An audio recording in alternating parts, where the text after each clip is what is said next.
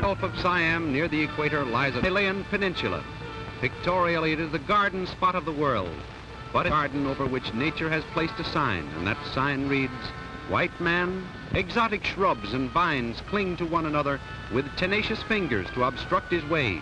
Ferocious animals and slithering monsters that crawl upon their bellies.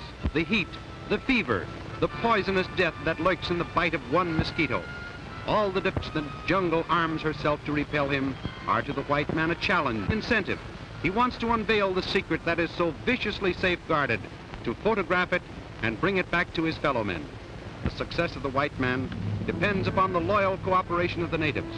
And Mr. Schenck dedicates this picture to the Malayans and Siamese who were so faithful and fought shoulder to shoulder with him and who had the biggest share of the dangers. This photoplay is authentic in its locale and real in its action. In its making, we owed much to the assistance and aid given by His Highness, the Sultan of Perak, Sir Alang Iskandar Shah, Raja Razman, and Siamese advisor Persat Sukhum. Highness, Sultan of Perak, FMS, Sir Alang Iskandar Shah.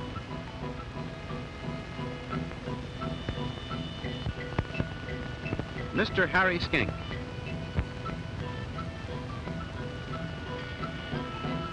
When after weeks of preparation we were ready to start upon our journey into the jungle, His Highness the Sultan, great luck. For the first time in his life, he consented to be photographed by a motion picture camera.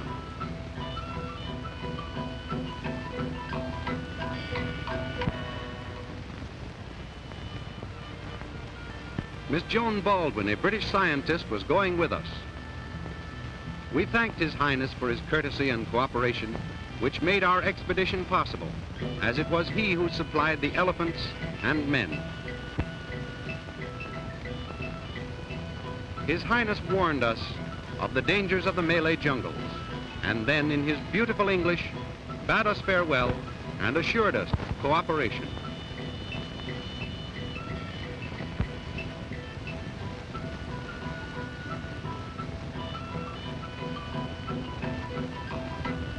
Captain Lindsay Veers, British Jay at the Sultan's court and aide-camp to His Highness, introduced us to Badre Pol, who are elephant trained. Badre was a college-bred boy who also acted as interpreter on our expedition. Captain Veers was the last white man to bid us goodbye with his encouraging cheerio. We felt ourselves deeply indebted to him for the aid he had given us in arranging the expedition. The little village of Chumpanqua. These elephants and men were specially chosen for us by the Sultan. When we arrived at this jumping-off place, we found everything in readiness for departure.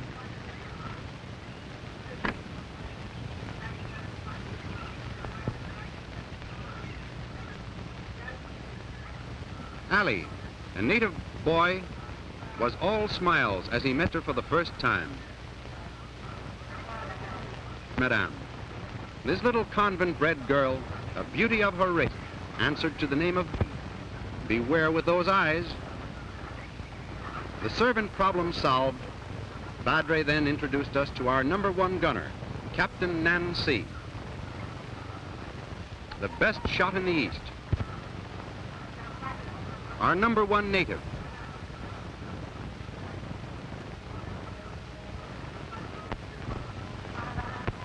We gave the word to start. The hunt was on.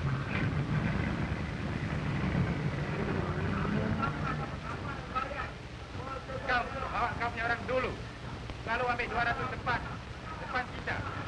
Jalan lekas-lekas sedikit.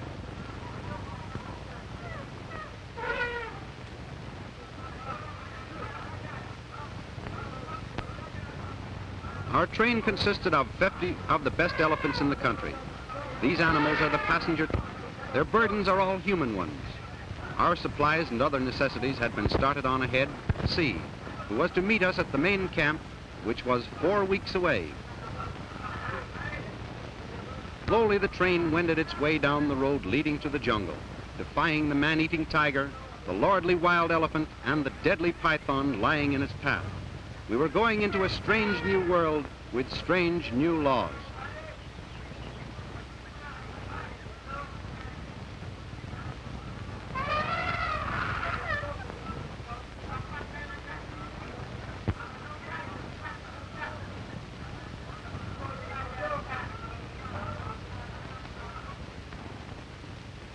The main wagon train had started 2 weeks ahead of us and were taking the roundabout and safer route. There were 64 carts and other conveyances in this train, drawn by oxen and water buffalo. The little fellows are oxen, the long horns are the buffalo. This train followed the horsemen who were a considerable distance ahead of them. The country here was comparatively tame. The wagons averaged 300 to 500 pound loads. Just off this road, the jungle starts. The thoroughfare might aptly be named a highway to hell. Here is the first river crossing encountered by the wagon.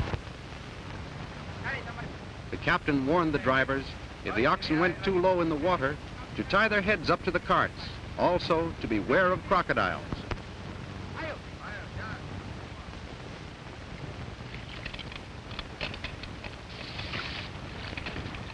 And they said they had sent carts over the safer route. In order to get safely across, the carts had to be lightened, and each cart made 4 or 5 trips across the river.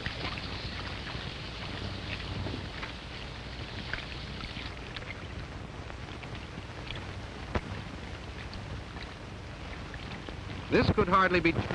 We still insist it wasn't such a safe route, but then maybe we're wrong.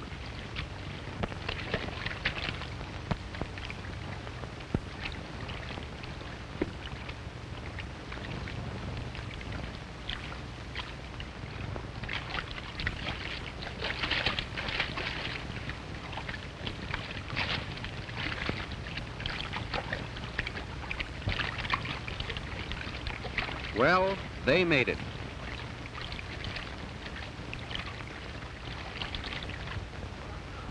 Leaving the road, the elephant through the center of the jungle.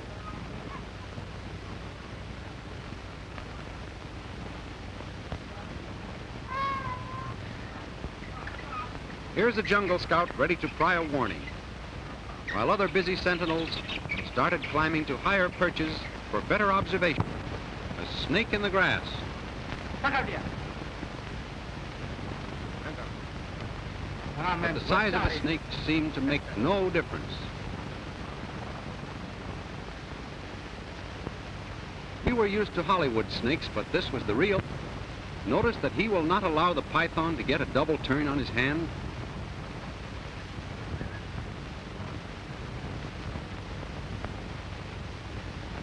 Mr. Skink gave orders to keep the python, but not in his tent.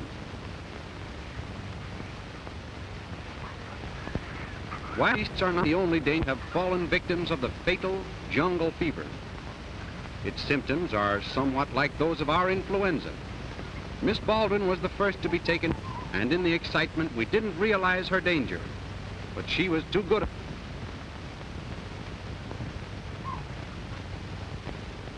During the previous night, all the beaters had been sent out over a 5-mile spread, ready for the signal to start the drive. Our cameras had been cleverly camouflaged behind screens of shrubbery. Other photographers had secured themselves to platforms in high trees. When the signal was given, the 5-mile-wide circle of beaters started to converge toward our cameras. Every animal within the circle was driven toward us. The hunt was on. It was not a hunt to kill. The gunners were instructed to use their weapons only for the defense of themselves and cameramen. With this sort of noise, no wonder the animals were on the move.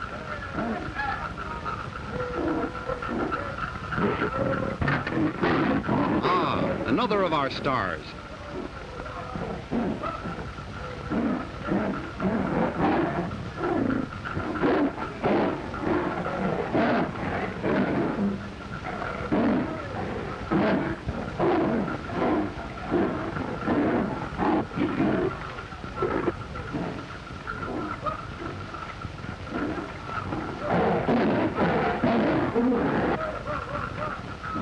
Step by step, we made our way through to our other cameras.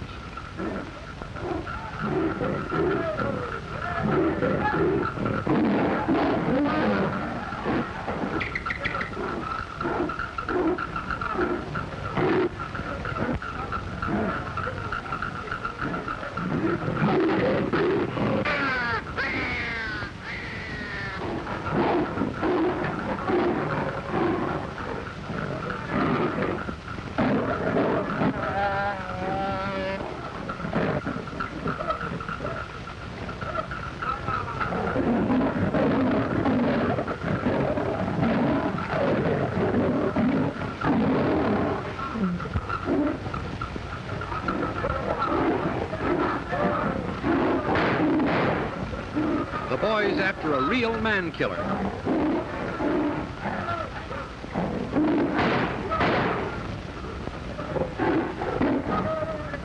He had killed a native and was doomed to die. It is the custom of the jungle to spear any animal that has killed a hunter. What a rug this fellow made. But wanton killing was not the object of the expedition.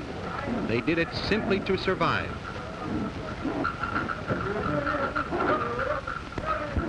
We followed our native beaters, driving, constantly driving.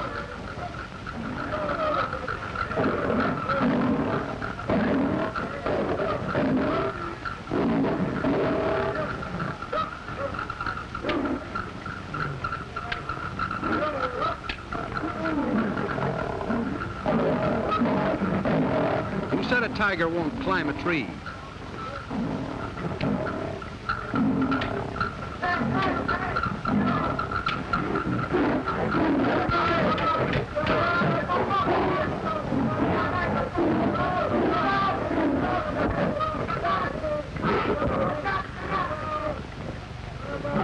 The cameraman is up there.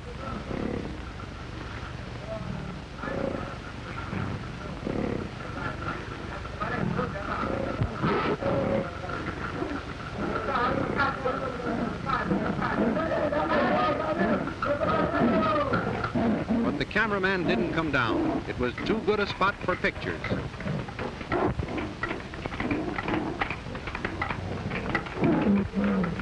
There's a python. He got a native, and an inhuman struggle was on. If he could only break the hold the python had on the tree, he would be safe. He'll shake him off. There he goes. He did it.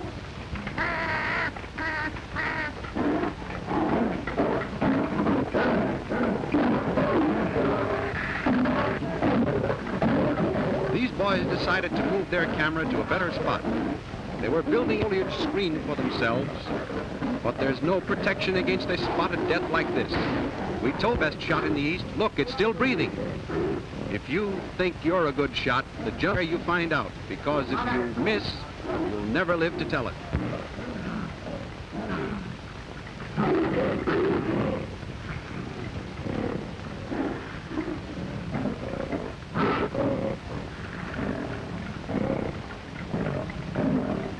We were watching a cameraman prepare to get a panther.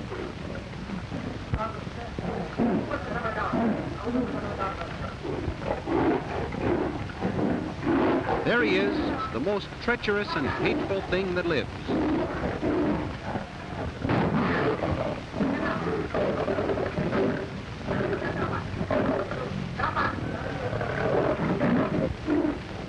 While this was going on, we kept advancing.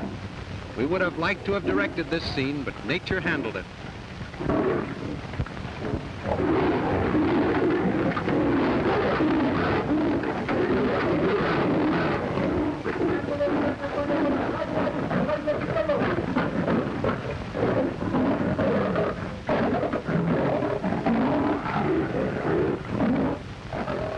Boy, this is going to be good. Watch.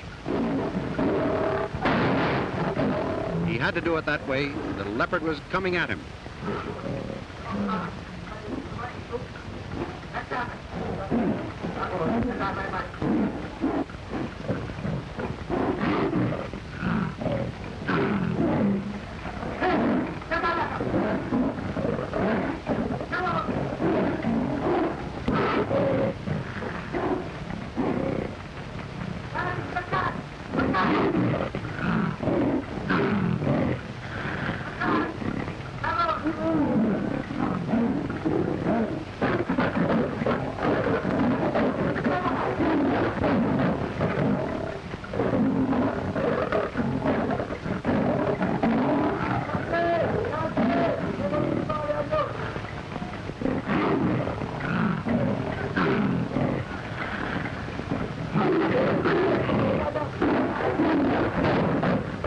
He was going for the captain.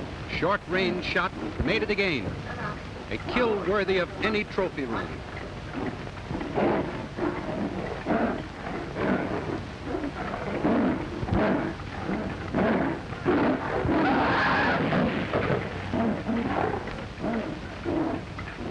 captain rushed to his friend's side, but the man was badly clawed and injured and had to be removed to the rear for treatment.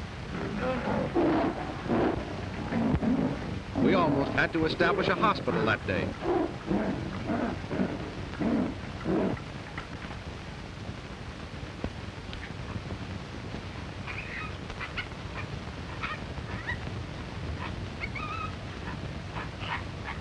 Having heard that wild elephants had been seen some miles away, we were off to see the largest herd on the peninsula. It was necessary to keep our elephant train a few miles away from the wild herd, as we were afraid they might revert to the primitive. There they are, some more of our stars. There must have been 400 wild elephants in that herd. One would imagine that they would destroy everything underfoot. Why imagine it? They do.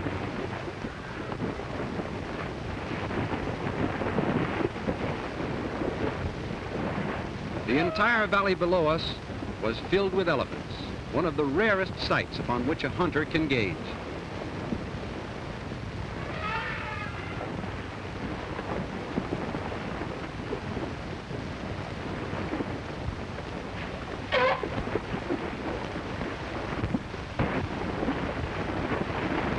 Look at that big one, in milk ads. But there were no contented cows in this stretch of God's country.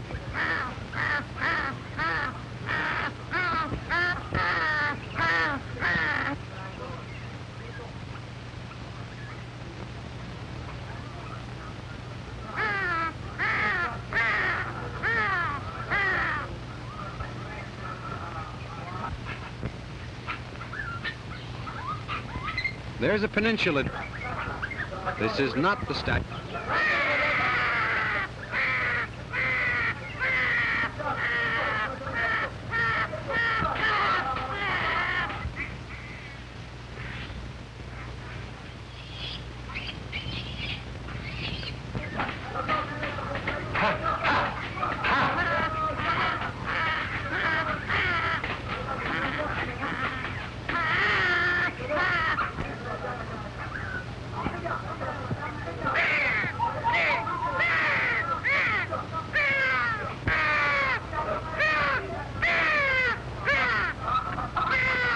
A white gibbon. That's too bad. It looks like this baby will be sitting on a hand or soon.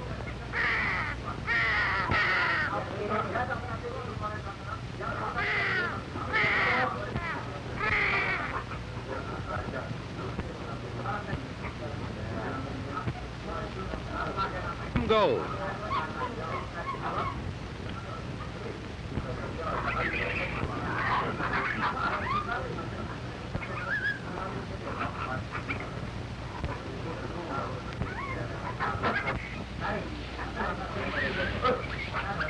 Good.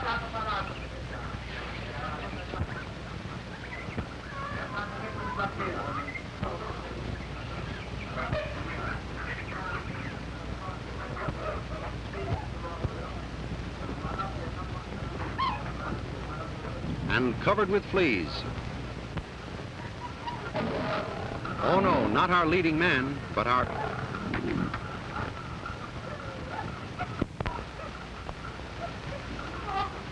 More stars. This is strictly a pre-prohibition picture.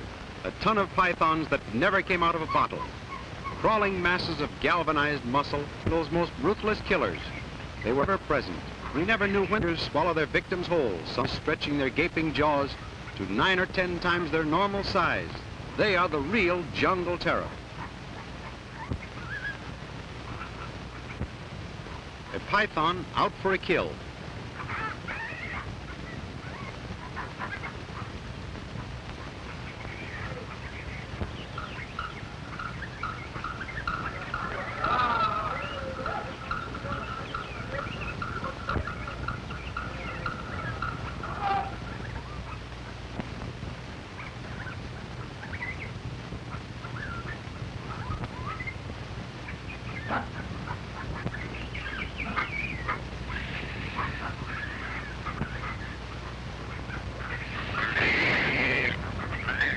Just one of life's tragedies as they take place in the jungle.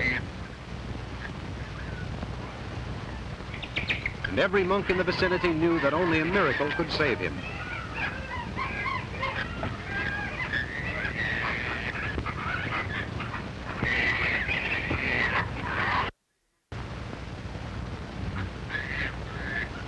The natives rescued the monkey before the python had a chance to crush it. It was later adopted by Mr. Skane.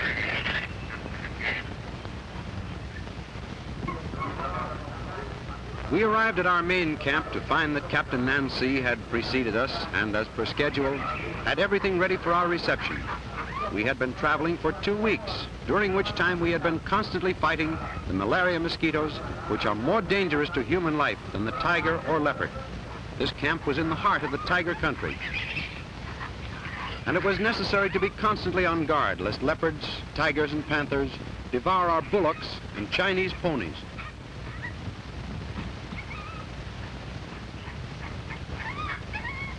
Hunters were preparing for the big drive which was to start the following day.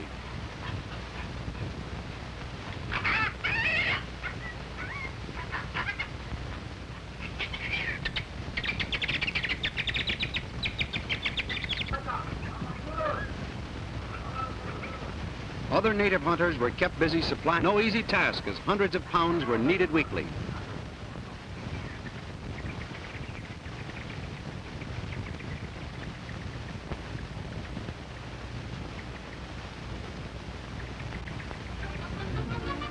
From the time the trip began, this baby elephant had never left its mother's side. He was having a dickens of a time.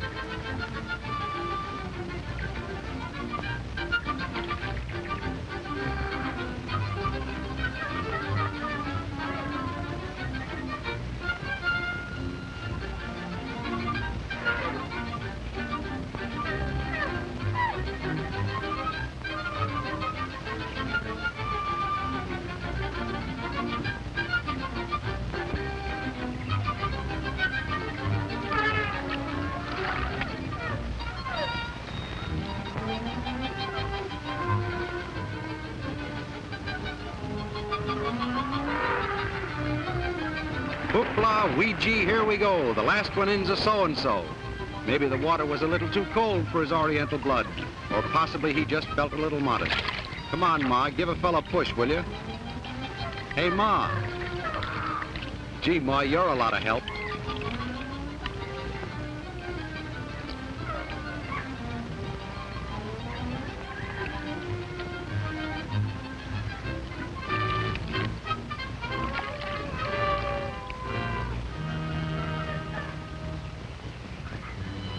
Jungle or no jungle, this fellow Dan Cupid manages to get around most everywhere. Boy and a girl, she was saying no, no, no. The still black mantle of the jungle had spread itself. Dangerous things were creeping in the gloomy shadows, but they could not affect this boy and girl. He was telling her of the cute little thatched cottage he would build for her. These two young souls, brought together for the first time on this trip, were finding one another. Love was being born.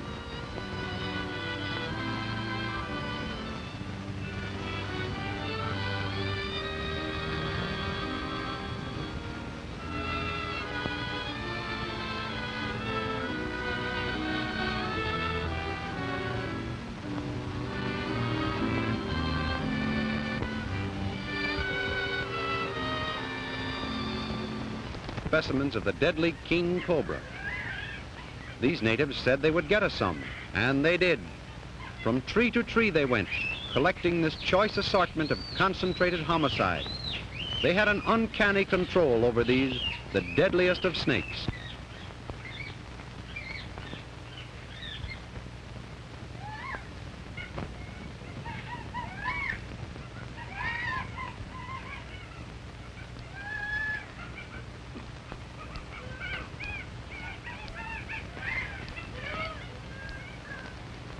Without disturbing them.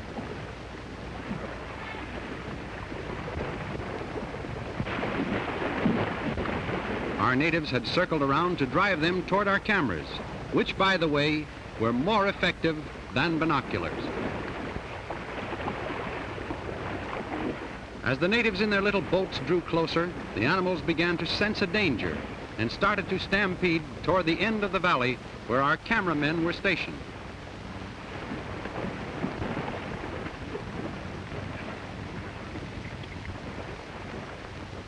These men were trying to break the herd up so they could get close to the individual elephants.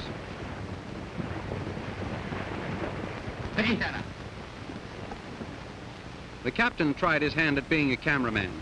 He started out okay. Wild birds will only alight on wild elephants, shunning tame ones. Of course, the birds don't do this just for the ride, but the food they find on the elephants, the dining cars of the jungle. A white elephant, a sacred animal and very rare. This was probably the first time one had ever been photographed in his native haunts. The sight of him had a powerful religious effect upon our natives, moving all of them to fervent prayer. We had to be content with a distant view of him. We had a glimpse of the domestic life of the elephant. Their living room is knee-deep in water, but you mustn't mind that. Come right in and make yourself at home. These beasts are very friendly and tame until aroused.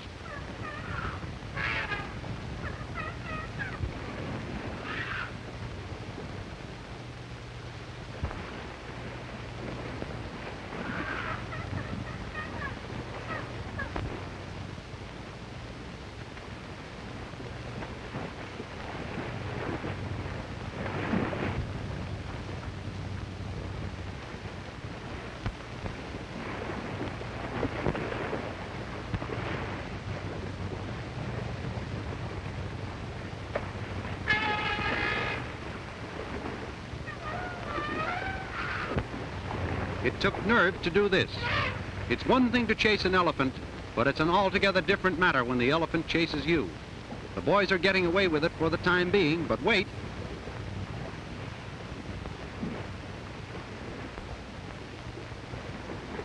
A stampede in the making.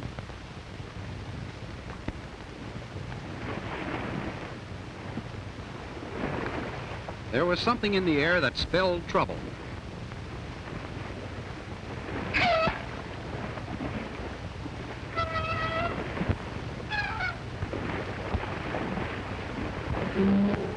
You can drive them just so far, and after that, look out, because when they get mad at you, boy, they're mad.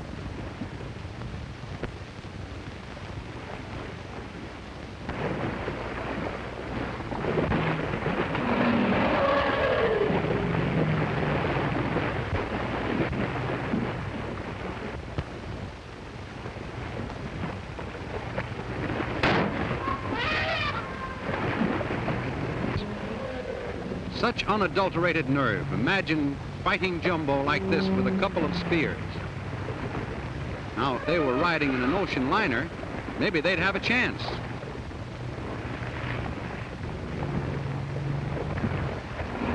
Uh-oh, that's that.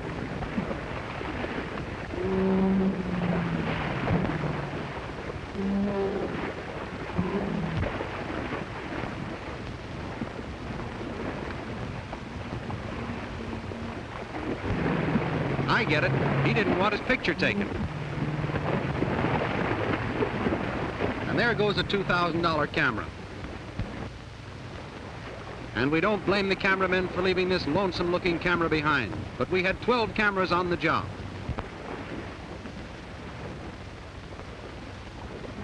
Our scouts brought news of sledangs in the offing. We immediately ordered everybody to the elephant train, for the sledang has been acknowledged by hunters to be the 100% big game animal of the world.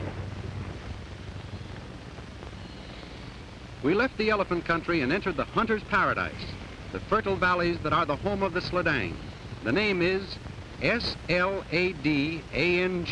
sledang, and he has the reputation of being the most unapproachable animal in existence. He is as fleet as an antelope, can conquer a tiger, and to make it perfect, he actually thinks. We only hoped we could get close enough to him to photograph him. We left our elephant train some distance from the sledangs, as we could only approach them with the utmost stealth. We had made a 16,000-mile trip to photograph these animals, and there they were. They looked so harmless that we felt like laughing, but they too are stars in our picture. It seemed to us that it would be a simple matter to walk up to one of those cows and milk her, but then we remembered that few zoos can boast of owning a sledang, and it is seldom indeed that one of these animals' heads will be found in a trophy room. The beasts are too cunning for the average hunter. Of course, we're not as close to them as these pictures make us seem.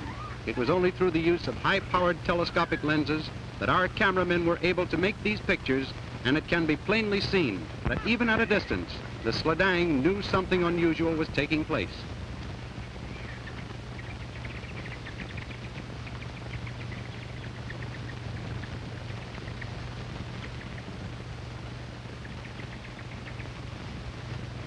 We noticed that the cows kept well in the background, while the bulls stationed themselves at the edge of the bush and kept a sharp lookout for danger. Their sense of hearing is so keen that hunters have given up in despair. Their coloring blends so well with the background, it takes a sharp-eyed hunter to see them before they see him. They were getting suspicious.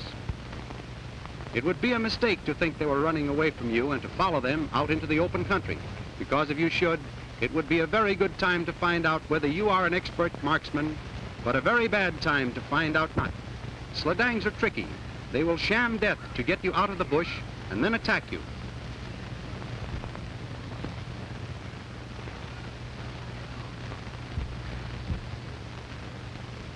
After many weeks of trailing, we finally got a specimen, but the kill was so fast that our cameraman could not photograph it.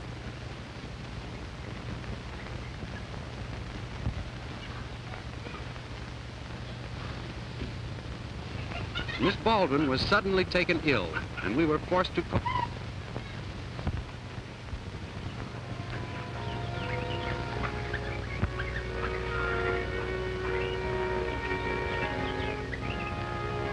While the cat's away, the mice will play.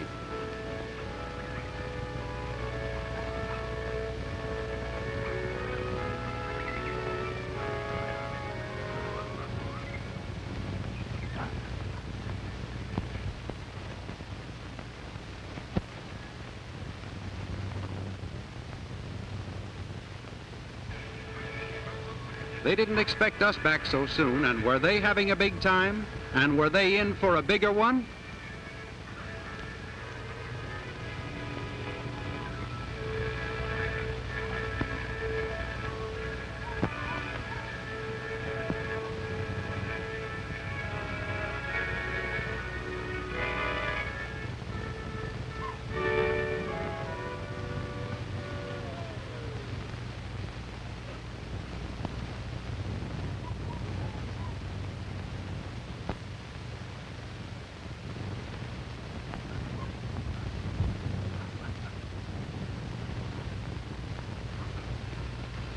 A knowledge of medicine is necessary.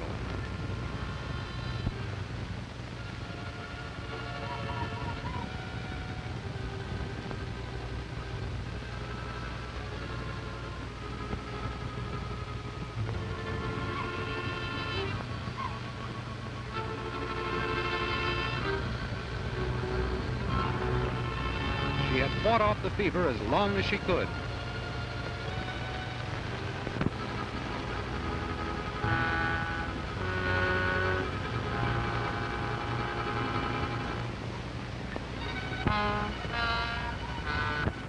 Temperature of 104 to knock.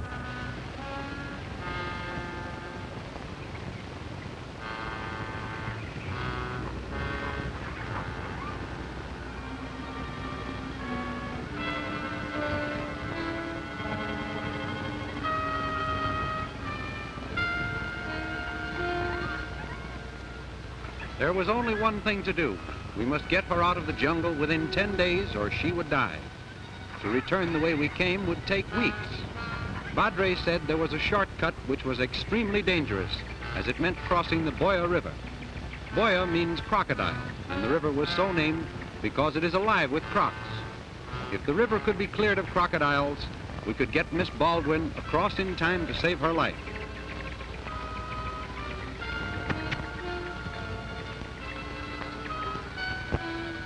The advance party was ordered to leave immediately to attempt to do this. The method employed in clearing a river of crocs is to have the natives catch as many crocodiles as possible and considerable distance up and downstream from the place at which the crossing is to be made. This attracts the other crocodiles in the river and leaves the ford sufficiently clear of them for a comparatively safe crossing. If anyone should ask you, monks do swim. They were after food in some trees that were surrounded by water.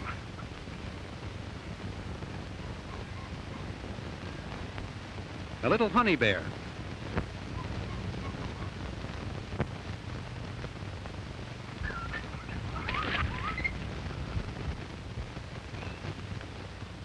Another star, the star villain.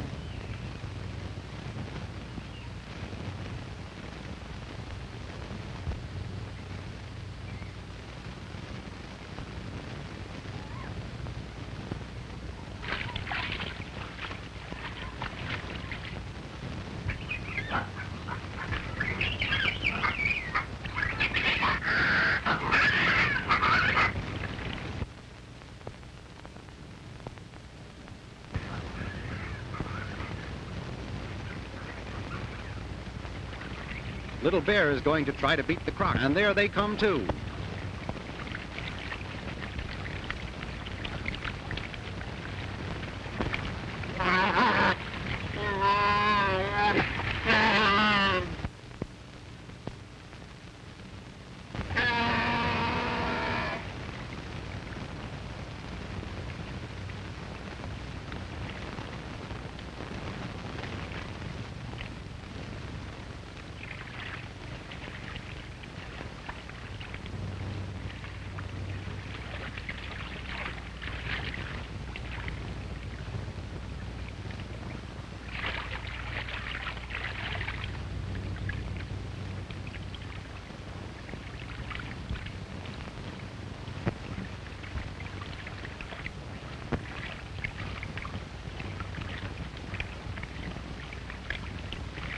They were going to hook the crocodile.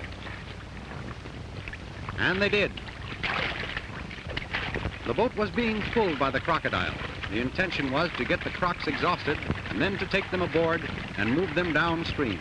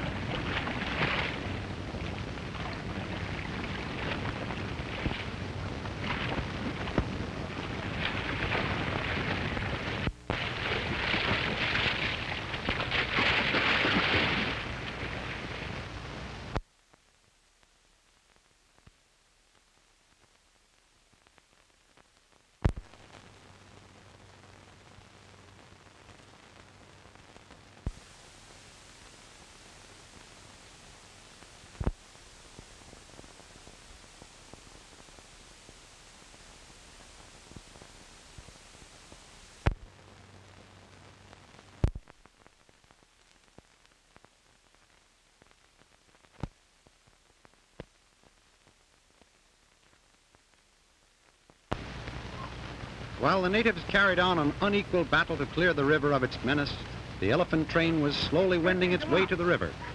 Native guards were stationed along its side, ready to repel any attacks made by animals.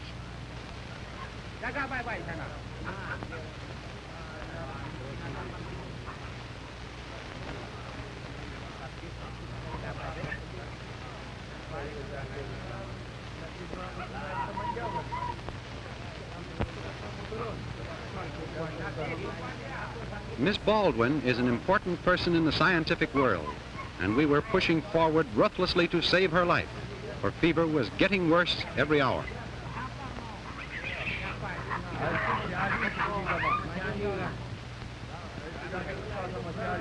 Our biggest worry was to get the elephants across the river with as little sacrifice as possible.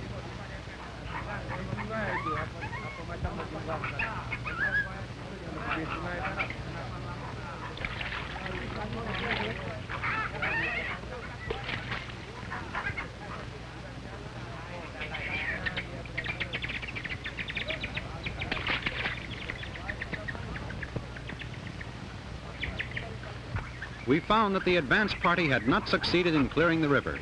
Captain Nancy reported many of his men disabled. It was necessary for him to have more men.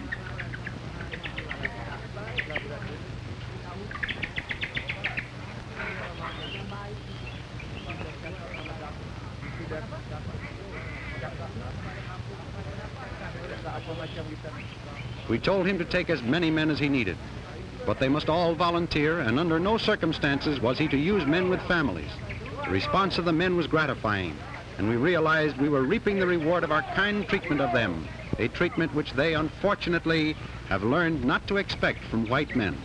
Even Ally asked to be allowed to help. He claimed to have fought crocodiles before.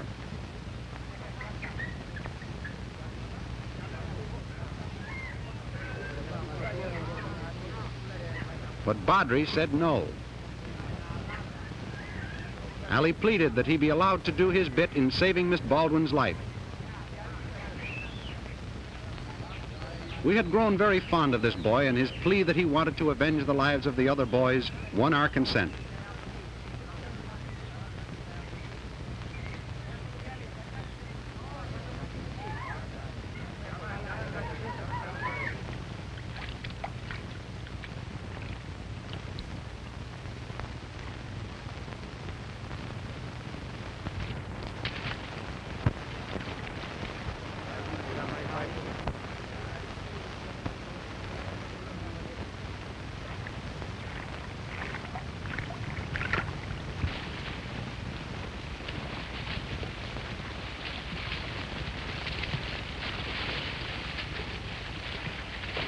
But of all the daring displayed on the entire expedition, none compared with that of these two boys.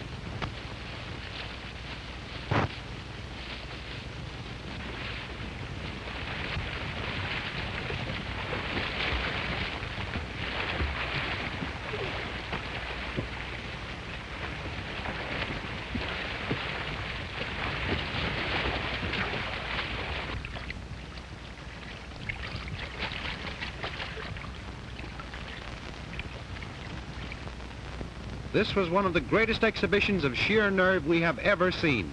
The river is alive with crocodiles.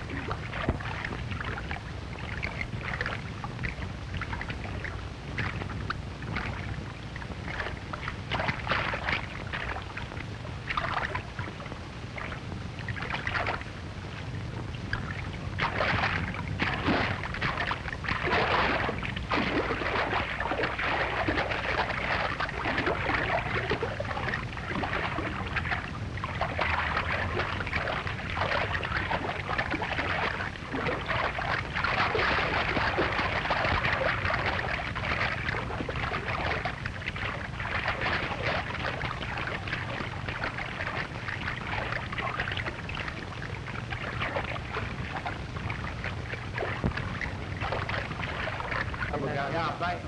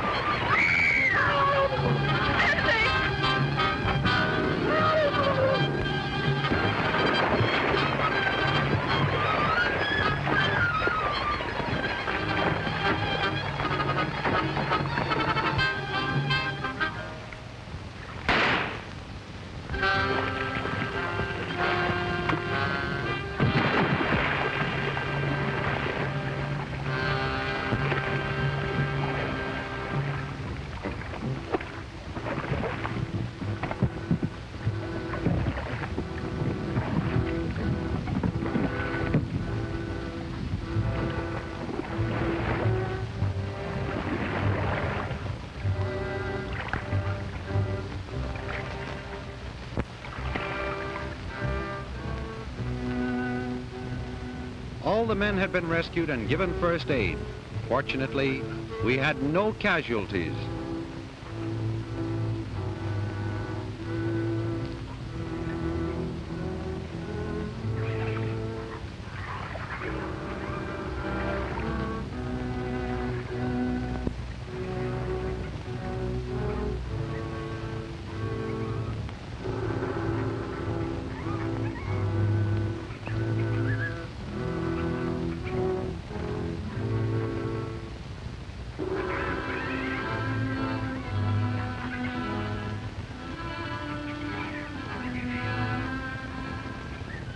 Natives in sympathy crowded around. Death was no stranger to their eyes, but most of them had grown to like the smiling youngster and his sweetheart. To Bee and the captain, Allie appeared to be breathing his last. Bee, in her anguish, screamed for someone to bring the white master.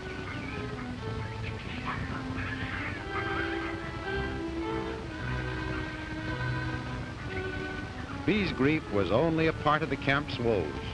The sick list was growing.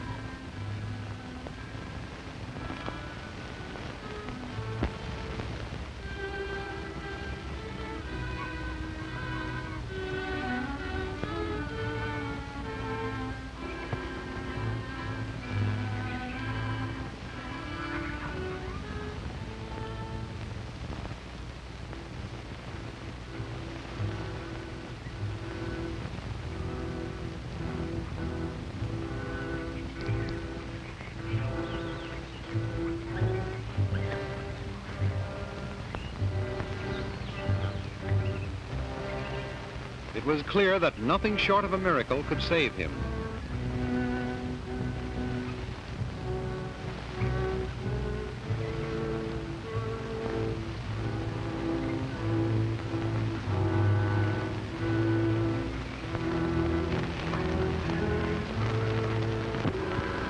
Entirely clearing the river of the crocodiles.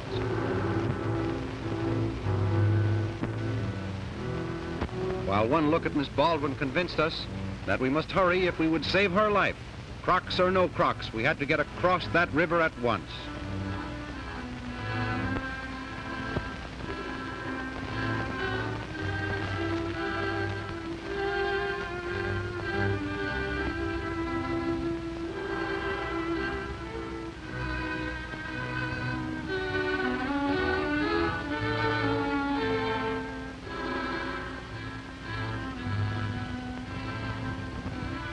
Nothing else mattered now.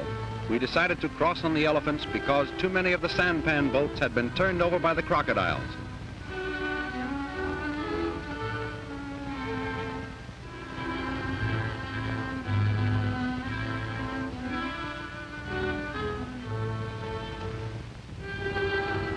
After seeing that all his people had mounted, Badre was to lead the way across, while Skank in the middle was to protect the train as much as it was possible to protect it with a pistol.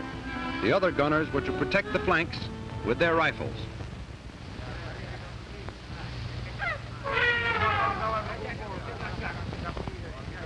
It hurt to advance, as the crossing could well cost the lives of several of our faithful boys.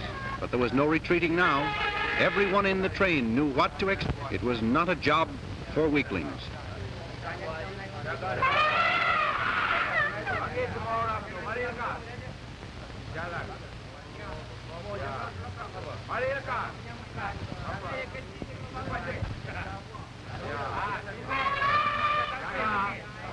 There was no doubt in any of our minds that the crocodiles would attack us.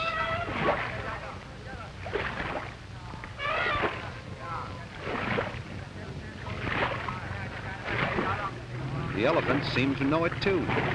The opposite shore looked close, yet death was staring us in the face.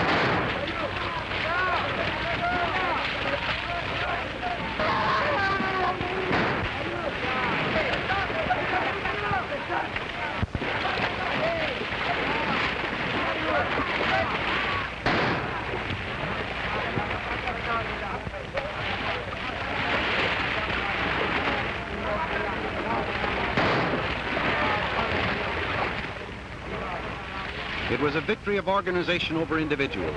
Had the crocodiles been blessed with brains, they could easily have overwhelmed us by the sheer power of numbers. A short rest away from the swamp and our patient had passed the crisis.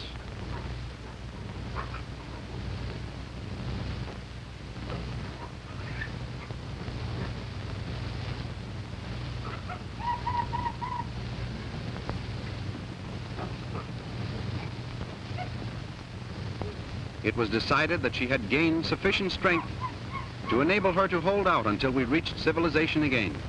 Our biggest worry now was for the recovery of the boy Ali, whose injuries we blamed directly upon ourselves for having allowed him to join the river battle. Bee, with the faith of a child, had never ceased to fight and hope for the recovery of the one she loved.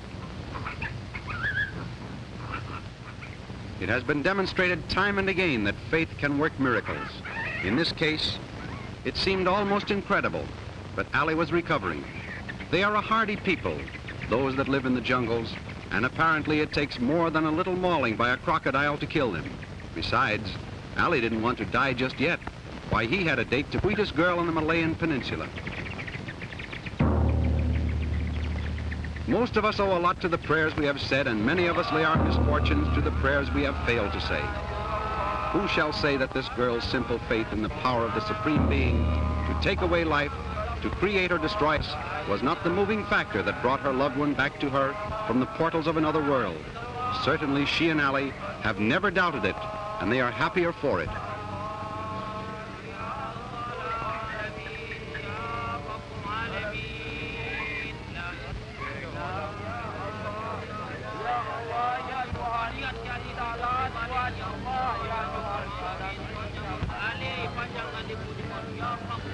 Everyone was overjoyed by the boy's recovery. Natives who would unflinchingly face a tiger's charge turned their heads, ashamed of their tears. But Bee was not ashamed of hers. They were tears of gratitude and joy. Many weary days later, we trundled our way over hills and valleys, dodged the more strenuous country, and at last found ourselves within a few miles of the little village from which we had started. But what a changed little band we were. We had started out carefree and indifferent. We returned somewhat drawn and gray around the temples. We had penetrated to the secret heart of one of the most forbidding jungles in the world. We had fought hand with leopards, panthers, tigers, and pythons, mingled with wild elephants, gazed upon the Sladang in its native valley, braved the heat, the jungle fever, and crossed the Boya River in spite of its thousands of hungry crocodiles. We had a few laughs and many thrills, and we had the memory of which still haunt us. And here were thatched cottages and automobiles and happy smiling people.